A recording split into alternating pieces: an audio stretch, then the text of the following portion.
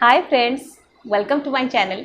Friends, जी हाँ, आज इस वीडियो में मैं आप लोगों को बताने वाली हूँ जब मैं अपने ड्रीम्स एंड डिजायर्स अट्रैक्ट नहीं कर पाती हूँ, अचीव नहीं कर पाती हूँ, या फिर जब मेरे विशेस पूरे नहीं होते हैं तो फिर उस वक्त मैं क्या करती हूँ। आप लोग सोच रहे होंगे कि क्या ऐसा होता है कि कभी मैं अपने ड्रीम्स एंड डिजायर्स अट्रैक्ट नहीं कर पाती हूँ, अचीव नहीं कर पाती हूँ। जी हाँ, ऐसा बिल्कुल होता है। एंड उस वक्त मैं क्या करती हूँ वो मैं आप लोगों के साथ आज इस वीडियो में शेयर करने वाली हूँ। आप ये वीडियो एंड तक देख लो, देखना आपको भी एक बढ़िया सा तरीका मिल जाएगा जो आप अपना सकते हो या फिर जो आप फॉलो कर सकते हो जब आपके ड्रीम एंड डिज़ायर आप अट्रैक्ट नहीं कर पाते हो, अचीव नहीं कर पाते हो, आपके विशेस पूरे ना होते हो एंड आपको लगता है कि लॉ ऑफ अट्रैक्शन करने के बाद भी, टेक्निक करने के बाद भी आपका ड्रीम एंड डिज़ायर आप अचीव नहीं कर पा रहे हो। आप ये तरीका करके देखना एंड उसका जो रिज़ल्ट है फिर आप मुझे बताना, ठीक है। तो फिर चलिए शुरू करते हैं आज का वीडियो। एंड उससे पहले सब्सक्राइब कर लेते हैं ये channel. Hello friends, good morning. My name is Janita Patnaik. I am a physical and a mental fitness counselor. I advise, suggest and help people how to stay fit both physically as well as mentally. And my passion is to live and live a healthy and happy life. Friends, जैसे आप लोग law of attraction follow करते हो, मैं भी law of attraction follow करती हूँ। जैसे आप लोग टेक्निक अप्लाई करते हो, मैं भी टेक्निक अप्लाई करती हूँ। जैसे आप लोगों के केस में कभी कभी ऐसा होता है कि आप अपने ड्रीम्स एंड डिजायर्स को अट्रैक्ट नहीं कर पाते हो, अचीव नहीं कर पाते हो। मेरे केस में भी बिल्कुल ऐसा होता है कि मैं अपने ड्रीम्स एंड डिजायर्स को अट्रैक्ट नहीं कर पाती हूँ, अचीव नहीं कर पाती हूँ।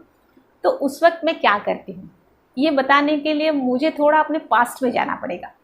पास्ट में मतलब जब मुझे शुरू में लॉ ऑफ अट्रैक्शन पता चला, बड़ा अच्छा लगा कि ऐसा एक लॉ है जिसके हिसाब से मैं जो चाहती हूँ, जो मेरा ड्रीम है, डिज़ायर है, वो सारा कुछ मैं अट्रैक्ट कर सकती हूँ, अचीव कर सकती हूँ। एंड ये एक यूनिवर्सल लॉ है, तो सबके लिए काम करता है, मतलब मेरे लिए भी काम करेगा।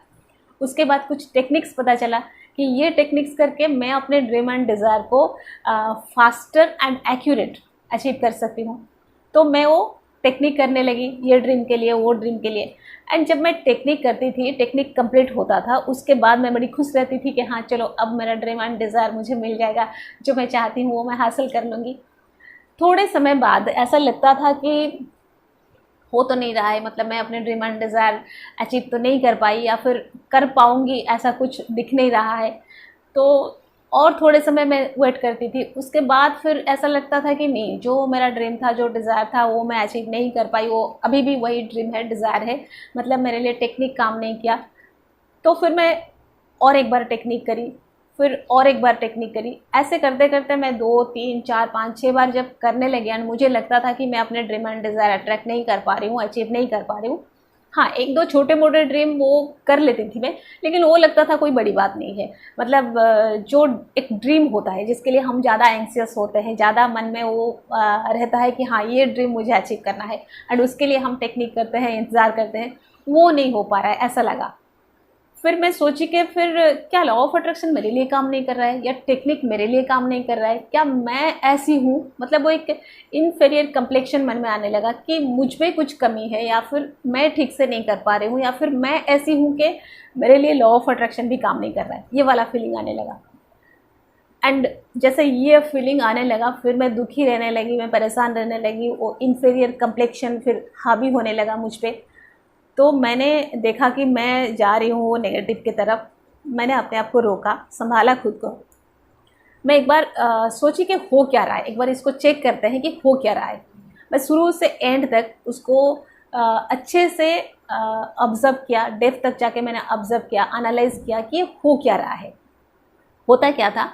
मतलब लॉ ऑफ अट्रैक्शन पता चला कि लॉ ऑफ अट्रैक्शन ये है। आप उसके बारे में कहीं बुक में पढ़ सकते हो, कहीं से नॉलेज ले सकते हो, कहीं से सुन सकते हो, किसी से बात कर सकते हो, तो आप ज़्यादा से ज़्यादा नॉलेज गेन कर सकते हो। तो यहाँ पे कोई मिस्टेक नहीं होता। टेक्निक जो करना होता है, कोई भी टेक्निक आपको पता चला, आप उस टेक्निक को उस हिसाब से करते हो जैसे कहा जाता है, जितने दिन के लिए, जितने समय के लिए जैसे कहा जाता है आप वैसे करते हो। तो मैंने देखा वहाँ पर भी मिस्टेक नहीं होता है। टेक्निक कंप्लीट होने के बाद जब तक हमें हमारा ड्रीम एंड डिज़ायर मिल जाए, वो जो समय होता है, मैंने देखा सारा गड़बड़ वहीं पे होता है। मतलब एक कन्फ्यूज़न होता है वहाँ पे कि हम करें क्या। हम खुश रहे कि हाँ मिल गया, कैसे मिला तो नहीं है, या फिर खुश रहते हैं तो भी हम कितने दिन तक खुश रहेंगे, बिना मिले कितने दिन तक खुश रहेंगे। एक समय पे आके कहीं ना कहीं मन में ये क्वेश्चन आना शुरू हो जाता है क्यों नहीं हो रहा है, कब होगा, कैसे होगा, होगा कि नहीं, ये सारा कुछ आना शुरू हो जाता है। जो मैंने स्टडी किया तो मुझे लगा कि इसी के ऊपर ही काम करना होगा। टेक्निक कंप्लीट होने से लेके जब तक ड्रीम एंड डिज़ायर मिल ना जाए, वो समय मैं क्या करूं या फिर उस समय के लिए क्या करना चाहिए, वो मैं सोचने लगी। क्योंकि मुझे पता था कि सारा प्रॉब्लम यहीं पे है, तो इसी प्रॉब्लम का सॉल्यूशन निकलना चाहिए एंड इसका सॉल्यूशन निकल जाए तो सारा सॉल्यूशन निकल जाएगा। तो मैं उसका सॉल्यूशन में निकाली एंड मैंने उसको कैसे किया वो बताती हूँ। मैंने सोचा अब मुझे काम कब करना होगा कि टेक्निक मैंने कंप्लीट कर लिया, उसके बाद मैं जितने दिन तक हैप्पी रहती हूँ, जितने दिन तक उस इमेजिनेशन में रहती हूँ या फिर उस विजुअलाइजेशन के साथ रहती हूँ कि हाँ हो रहा है, बढ़िया है, ये है, वो है, उतने दिन तक सब सही है। जैसे ही मन में क्वेश्चन आए मुझे यहाँ पे काम करना होगा, मैं समझ गई। क्योंकि होता क्या है, जैसे क्वेश्चंस आते हैं, क्वेश्चन के साथ साथ एक एक नेगेटिविटी एंटर करने लगते हैं, और डाउट, डर, फिर डिसबिलीफ, फिर डिमोरलाइजेशन, ये सारा एक एक एंटर करने लगते हैं। तो मैं समझ गई कि मुझे यहाँ से नेगेटिविटी की तरफ नहीं जाना है, मुझे किसी दूसरे डायरेक्शन में जाना होगा। अपने आप को नेगेटिविटी के डायरेक्शन में जाने से बचाने के लिए खुद को किसी दूसरे डायरेक्शन में जाना होगा। तो दूसरा डायरेक्शन है क्या, मैंने उसका रास्ता निकाला। मैं क्या करती थी, टेक्निक कंप्लीट कर ली, जितने दिन तक खुश रही कि हाँ हो जाएगा हो जाएगा। जैसे मन में क्वेश्चन आना चालू हुआ, मैं वहाँ से स्टार्ट करी कि जब मुझे मेरे ड्रीम एंड डिज़ायर मिल जाएंगे उसके बाद मैं क्या करूँगी। ठीक है, फॉर एग्ज़ाम्पल मेरा ड्रीम है मुझे मंथली 5 लाख रुपीज़ अर्न करना है। ठीक है, ये जो टेक्निक, इस मतलब ये जो ड्रीम मेरा है उसके लिए मैं जो टेक्निक करती हूँ उसको मैं टाइम लेती हूँ 6 मंथ्स या 1 ईयर लगेगा मुझे। एक 5 लाख अर्निंग मंथली रेगुलरली में पहुँचने के लिए मुझे इतना समय लगेगा। उतने समय के बाद ऐसा होता था कि उतने समय से पहले भी लगता था कि कुछ होता हुआ तो नहीं दिख रहा है, कहाँ हो रहा है, कुछ तो नहीं हो रहा है, कैसे 5 लाख अर्निंग होगा, ये सब कुछ क्वेश्चन आने लगते थे। तो मैं क्या करी, वहाँ से निकल गई कि जब मुझे 5 लाख अर्निंग मंथली रेगुलरली आना शुरू हो जाएगा उसके बाद मैं क्या करूँगी। उसके बाद मैं सोचती थी हाँ मुझे ये प्रोजेक्ट लेना चाहिए या फिर ये प्रोजेक्ट पे काम करना चाहिए। तो ये जो मेरा प्रोजेक्ट है इस पे इन्वेस्टमेंट कितना चाहिए होगा या फिर इसमें कितना पैसा लगेगा, ये मेरा मुझे लगता था 1 करोड़ का एक इन्वेस्टमेंट है, राइट। तो 1 करोड़ का इन्वेस्टमेंट के लिए अगर मैं 5 लाख मंथली अर्न करती हूँ तो मैं 6 मंथ्स में कुछ 30 लाख अरेंज करती हूँ या फिर 8 मंथ्स में कुछ 40 लाख में सेविंग कर पाती हूँ। तो वो 40 लाख में एज अ प्रिंसिपल उसमें देती हूँ एंड बाकी का अमाउंट मैं लोन करती हूँ।